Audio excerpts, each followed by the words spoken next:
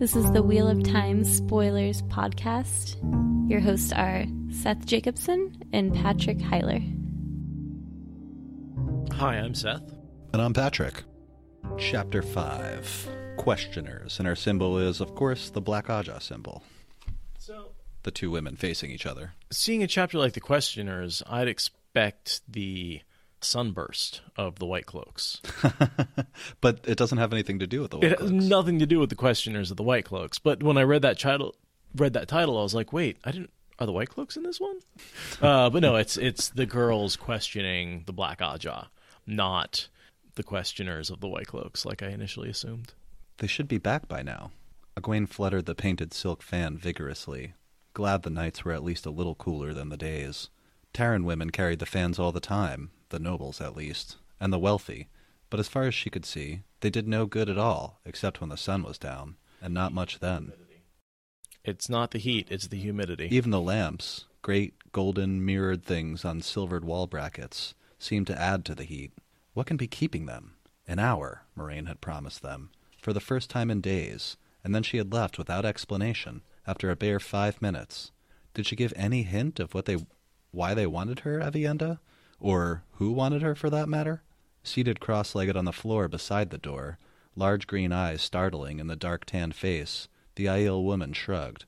In coat and breeches and soft boots, Shufa looped around her neck, she appeared unarmed. Karine whispered her message to Moraine Sedai. It would not have been proper to listen. I am sorry, Aes Sedai. So the reason that Moraine ran out all of a sudden? 'Cause Rand got stabbed a bunch. Rand's a-bleeding. Perrin walks into the room, turns to Bane, who's standing in the doorway. I forget which of the maidens is standing in the doorway, but yeah, one of them, and says, "Go get Moraine," and then she runs off, and that was a few minutes ago, or just over an hour ago. Right, and then Moraine went, and we had that whole scene where she confronted Rand and healed him, and right, he wouldn't tell her his plan, and she was all pissed at him, so she's on her way back, pissed off at Rand for being a stubborn, bullheaded two rivers shepherder. Sheep herder. See, you've got me doing it now. Well, it's catching. Avienda thinks that the Supergirls are Aes Sedai. I don't know if that's worth bringing up. Guiltily, Egwene fingered the great serpent ring on her right hand. Because they're not, but everybody assumes so because they wear the rings and they're nicely dressed and things, so... Well, and don't forget, they are in a hostile environment. The people there do not like channelers. And so the idea of staying Aes Sedai will hopefully prevent some of the more nasty stuff from coming at them. Because if they're apprentices, people might not feel the same reluctance to treat them poorly. Letting the High Lords believe that they had 4 full Aes Sedai inside the stone kept them on their best manners, or what passed for manners among Terran nobles. So, yes. And if not that, then the kind of equal opposite, that people believing that they're Aes Sedai makes them treat the Supergirls differently.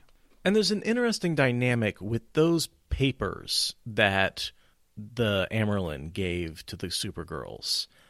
They could technically use those to make Moraine do what they want. Technically, yes. They'd pay for it. But it actually sort of creates an interesting power dynamic that I've never really thought about before, that though Moraine is surely superior as an actual Aes Sedai, the girls have that paper, and if they really wanted to, they could say, you need to obey this is the order of the Amyrlin. You have to let us pretend to be Aes Sedai, or whatever they wanted. Yes, but I don't think that they've discussed it, but Moraine doesn't say anything, and they don't say anything, and nobody says anything, and they just let people believe whatever they think they see. There's at one point where she says, no matter what paper you've got from the Amyrlin, you're just accepted. Yeah. So there is that, like, she thinks about that power dynamic a little bit. Oh, sure. And I mean, but they're not going to get in each other's way. I don't think there's a lot of contention here. Even when later, when Moraine's like, by the way, I made a bunch of decisions. Well, yes, that's just Moraine playing the game better than they can, because she's way more experienced. Next thing I have is thinking about Avienda, about becoming friends. And this is all from Egwene's perspective. Yes. And I'm not sure how close Egwene and Avienda ever really become.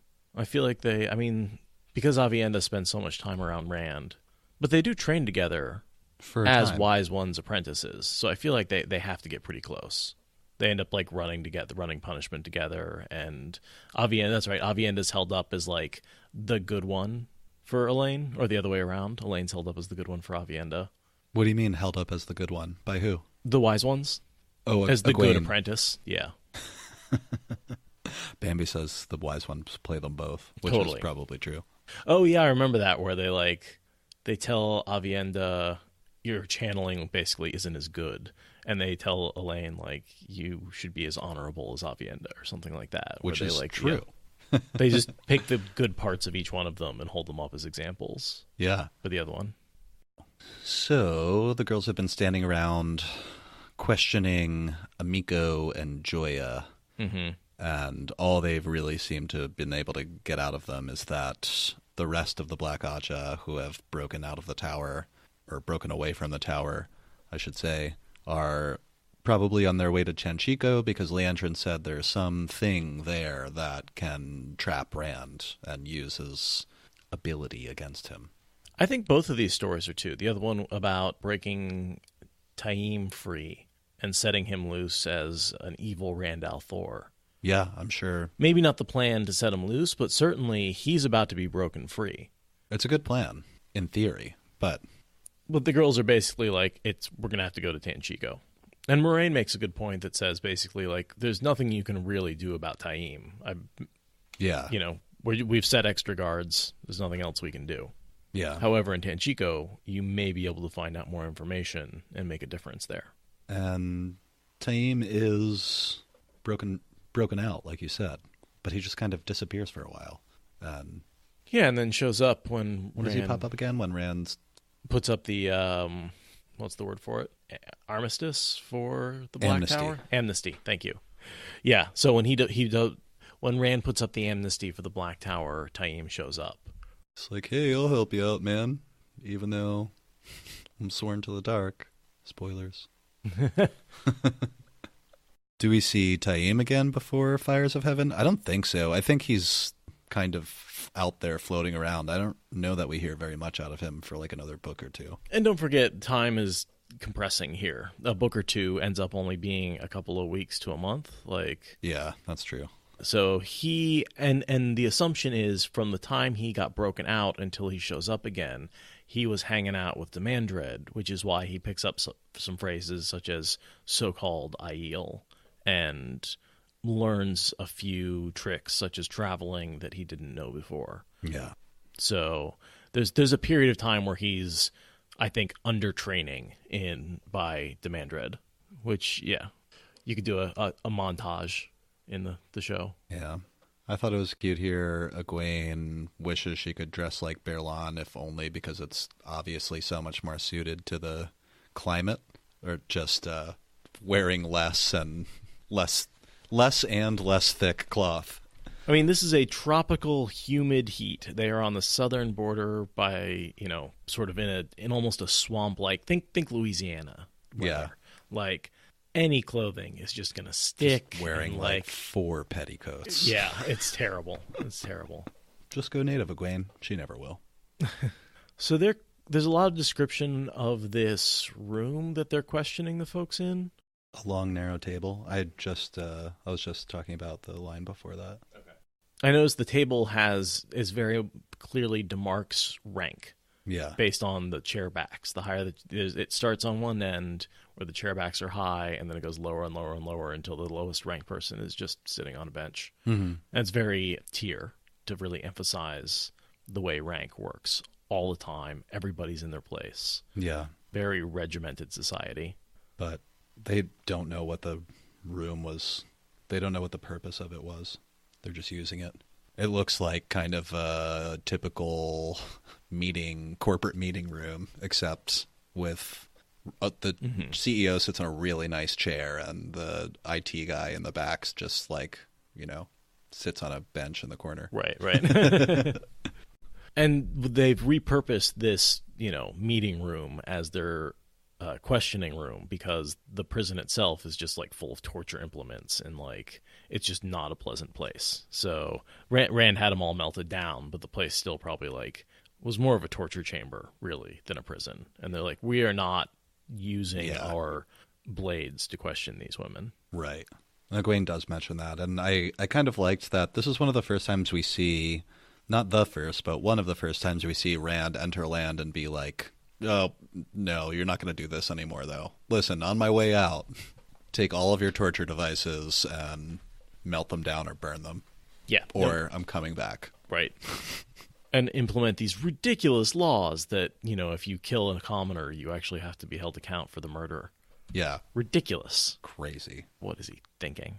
See that Joya still has a little inner strength left, but Emiko is completely broken, but was stilled well, I was going to say in the Battle for the Stone, but not really. That was it Egwene?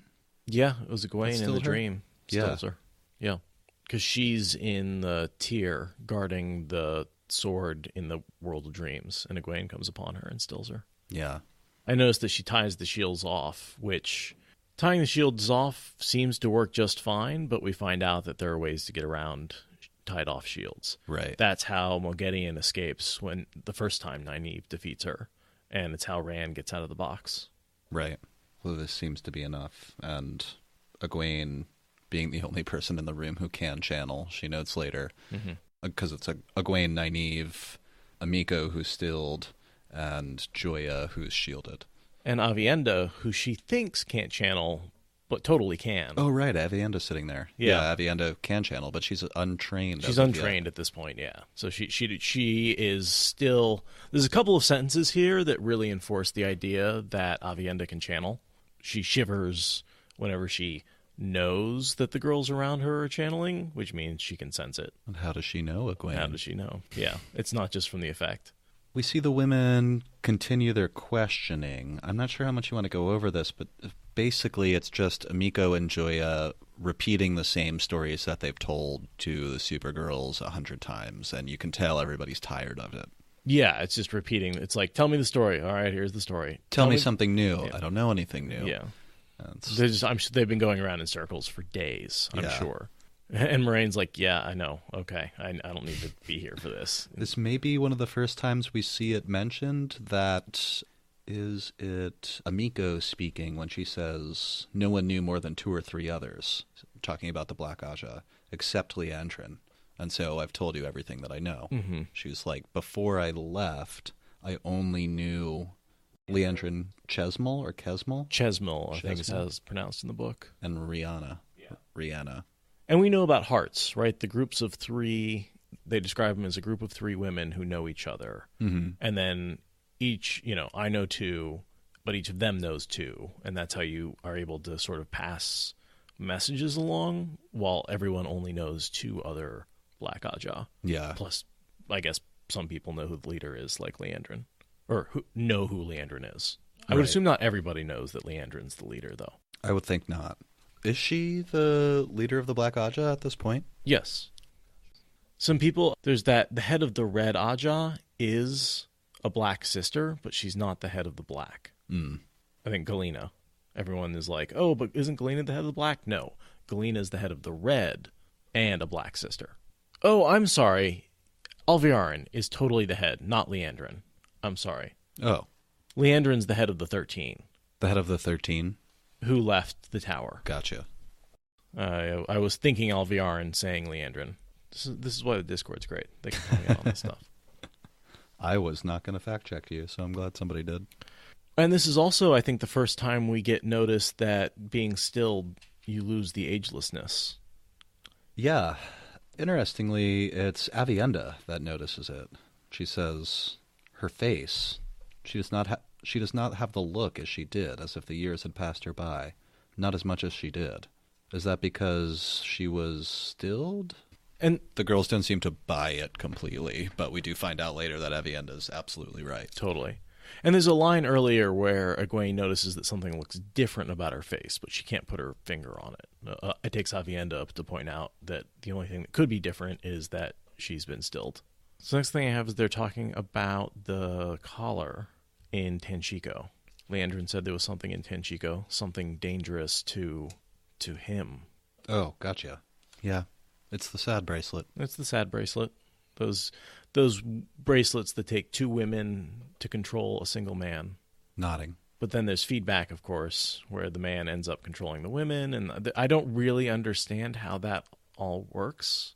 How that somehow over time the women become chained to the man in the same way the man is chained to the woman. That there's like some sort of feedback control loop. We don't see this thing used for more than a little bit. Yeah, like 30 seconds before Rand like blows it apart. Yeah. With the true power. They snap it around Rand's neck and he makes the Dark One break him out. Oh, Semirog. Nice try. And then you got bale-fired. Bam. You did. Yes, the domination bands is the technical term. Thank you, Tom Casey. We've been calling it the sad bracelet The for sad like bracelet. The entire podcast. Well, that's the name from the fandom before the domination bands actually was named in, because we encountered them. Right. All we know is that Avienda picks it up. I thought it was Egwene because it's in the dream first. Oh, is it Egwene? Yeah. And they just feel terribly sad when they pick it up. Sad, anger, pain, that sort of thing. Yeah. I notice a parallel to how the sad bracelet works and Kalendor works. Because basically it's an object of power that lets two women take control of a man who's using it. Mm-hmm. And that's actually exactly how Kalendor works as well. Like a circle. Yeah. Or similar to a circle, but like in a twisted way. A twisted circle. Twisted Sister? What do they call the Black Aja who rocks? A Twisted Sister. That one goes out to Sakan. He does do really good dad jokes. Nynaeve kind of tries to assure Avienda, or says basically, like, that may be true, but we really don't know because this almost never happens. So we have no examples to go off of what would happen to a woman who was stilled. Totally. Well, them in particular. There might be women in the tower who know something about it, but they certainly don't. Can I just really say I appreciate these kind of chapters because there's so many layers going on at the same time that I constantly want to be going back and being like, but did you catch the part where? Because like there's so many different ongoing conversations woven together that it's hard to like keep one thread as we work through it. Oh, yeah, totally. It's just, I think they're masterfully done. These especially with all the, just when we get more than one female political group all in the same place. Especially the conversations and the timing. Oh, so good. Right now, Moraine is walking down the hallway. She just stormed out of Rand's room, and she's storming down the hallway. She apparently sends Lan to go do something because he doesn't show up to this room, even though he was in the room with Rand. It's very West Wing. Walk and talk. Yeah. So they get nothing out of Amiko, put muffs made of air over her ears and mouth and make her face the wall again and tie her back up. They undo Joya, who suddenly has repented her sins. She says, the Dragon Reborn holds Kalendor, the prophecies are fulfilled, the Dark One must fail. I can see that now. My repentance is real. No one can walk so long in the shadow that she cannot again go to the light. So she can lie like a champ, is what I'm pulling out of that one. That is one big fat lie. Egwene has the thought, lies should not have been possible for an Aes Sedai, even one who had lost all right to the name, not outright lies. The very first of the three oaths, taken with the oath rod in hand, should have seen to that. But whatever oaths to the Dark One were sworn on joining the Black Aja, they seemed to sever the three oaths. So and that's where we see them get the oath rod and they just forswear all previous oaths. And that breaks it. And then they re-swear the three dark oaths, which I swear I am up to no good. Right? Isn't that one of them? I'd like to point out that Joya is sweating during this questioning. So though she is presenting a very cool, calm exterior, she is extremely nervous and unable to maintain her Aes Sedai serenity. Because that's just a mental trick. It has nothing to do with being shielded. Wait, why is she sweating? Because she's nervous as fuck. She's a captor, and she's lying. Yeah. She knows what's going to happen to her. What are the three oaths that the Black Aja swear? I cannot rattle them off the top of my head. Me neither. I was hoping someone could, though. Is there radio here? No. Oh, that's why we're having trouble. We'll actually have to look things up now. Ooh, Bambi for the win. I shall obey all commands given by those placed above me in the service to the great Lord. I shall prepare for the day of the great Lord's return. I swear not to betray the great Lord, to keep my secrets until the hour of my death. And of course, number 3 is super important for Varen's confession. She knocks back a shot of poison. She's like, okay, here's the shit. I'm going to die in 1 hour, and I'm good. All right, sweet. Egwene says, tell us your tale again, but this time use different words. We're sick of hearing the exact same memorized story. Joya shrugged. And this is where we get the whole thing about breaking him free to create a fake channeling Rand al'Thor. Mazrim Taim. Right. The false dragon, Mazrim Taim, if you prefer. Have we settled on that? Is it actually Taim? Versus what? Taim. Taim. Gosh. I'm pretty sure they say Taim in the books, the audiobooks. I'm pretty sure they say both. Yeah? Yeah. Oh, well, depending on which book you're talking about, or that's one of those where that happens sometimes. Yeah. And it's not even just like between the authors, it's like as time goes by, they'll correct a pronunciation for later.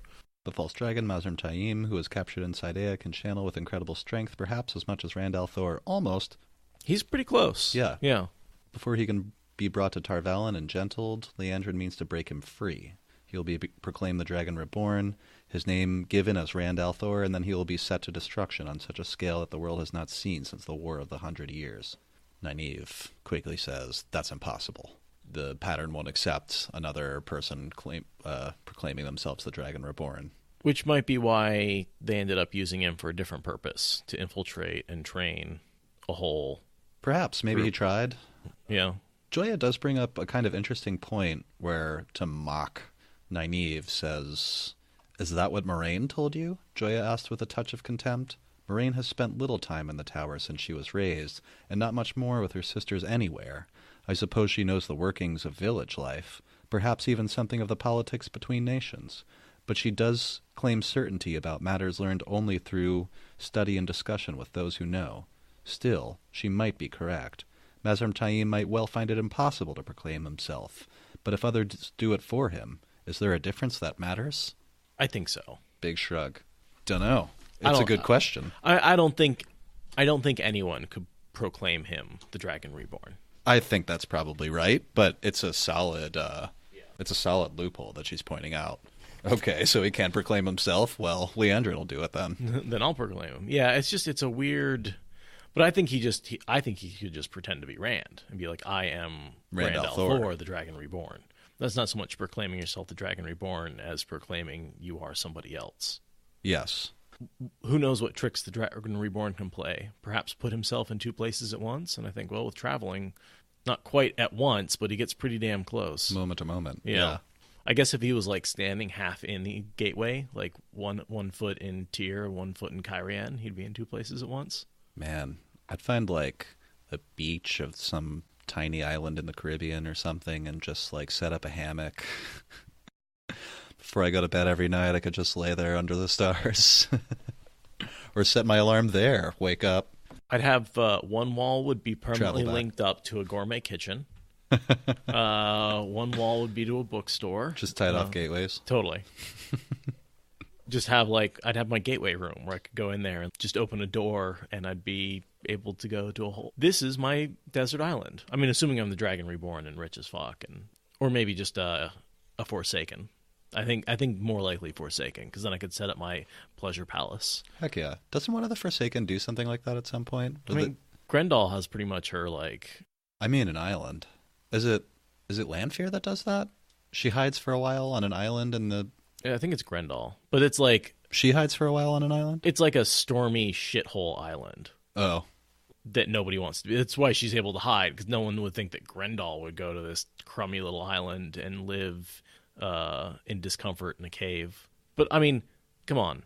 Grendel in a cave? That's got to be a reference.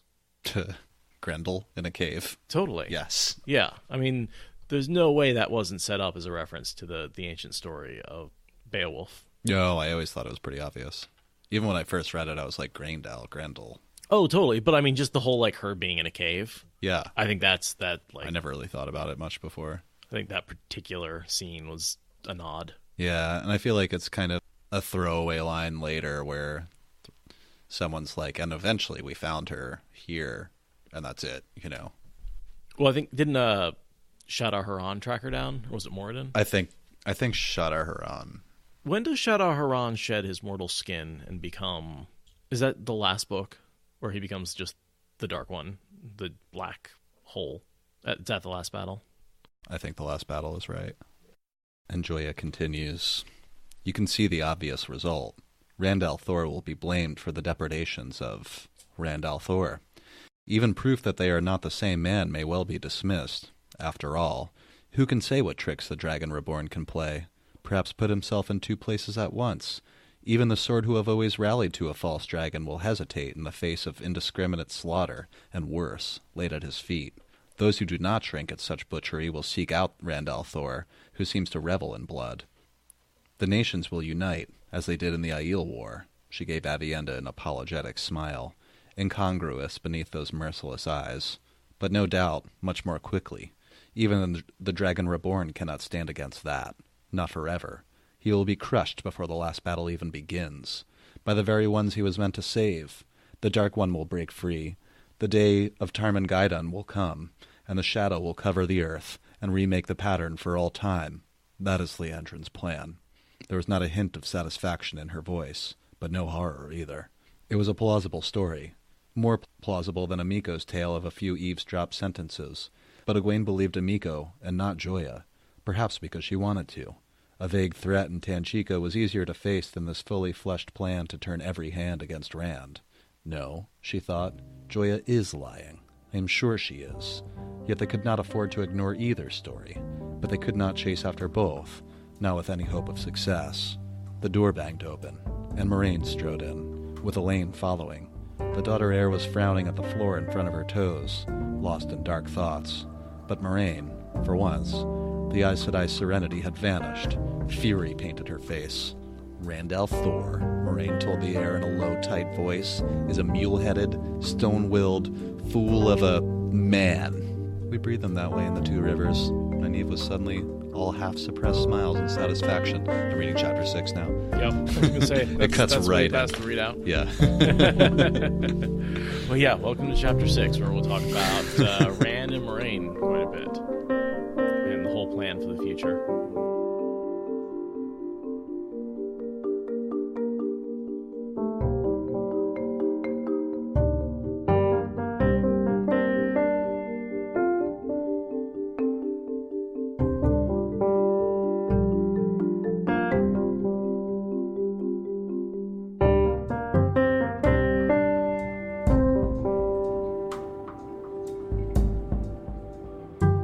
Never-ending story.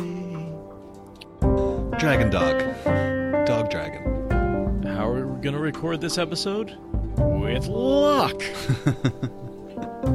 Luck dragon. Last Unicorn's one of my favorites. And the Red Bull was always super cool. I always identified with Hagrid for some reason. I don't know. Nothing makes me happy except the sea. Like, such a good character there. And the voice acting on that is just impeccable. After this one, I'm done. That's all. We are allergic to you. My headcanon was always that the Swamps of Sadness was just like the sadness emanating from that turtle. Like, he just sort of plopped down there and, like, is sad, and that's why everything sinks into the Swamps of Sadness. Maybe that's why it's stuck in the Swamps of Sadness. Perhaps. I think it creates the Swamps of Sadness. That's because you always find... What was the hill he was looking for? It was something like Morla, the wise one who lives in the something mountain in the Swamps of Sadness. And I think wherever the Swamps of Sadness are, I think they move with the turtle. Morla, the ancient one. This is not the never-ending story, spoilers. Spoilers. It never ends. Never ending spoilers. Da-da-da-da-da-da-da-da. Never ending spoilers. Oh, I just want to shout out 3 patrons who sort of hit me up and reminded me that they've either given us some money over time or, well, anyway, folks that I just want to shout out who've gone above and beyond. Guydeen Fox, Kenneth Serenier, and Block on the New Kid. Yes. The 3 of you guys have just reached out to me over the last month or so and said, hey, you forgot about me. So I'm sorry, guys. Sorry I forgot about you. I just wanted to shout you guys out and say thank you, all 3 of you. I believe we called out Kenneth on Mistborn. I think we did. Well, that was part of the reason that I missed some of his donations is that he split it up to help support us on Mistborn. And so even though he supported us with quite a bit, it was under the threshold on what spoilers, but when you put them together, it's... Gotcha. Are you guys ready for a bunch of people sitting in a room talking? Because that's what we're going to be talking about tonight. In a sort of ironic fractal of a... people sitting in a room talking about people sitting in a room talking about people who will probably sitting in a room talking. Yeah. Welcome to the Game of Houses. Des Mar. Thank you for listening to the Wheel of Time Spoilers podcast. Rate us in the Apple Podcast app or support us on Patreon. Is that good enough?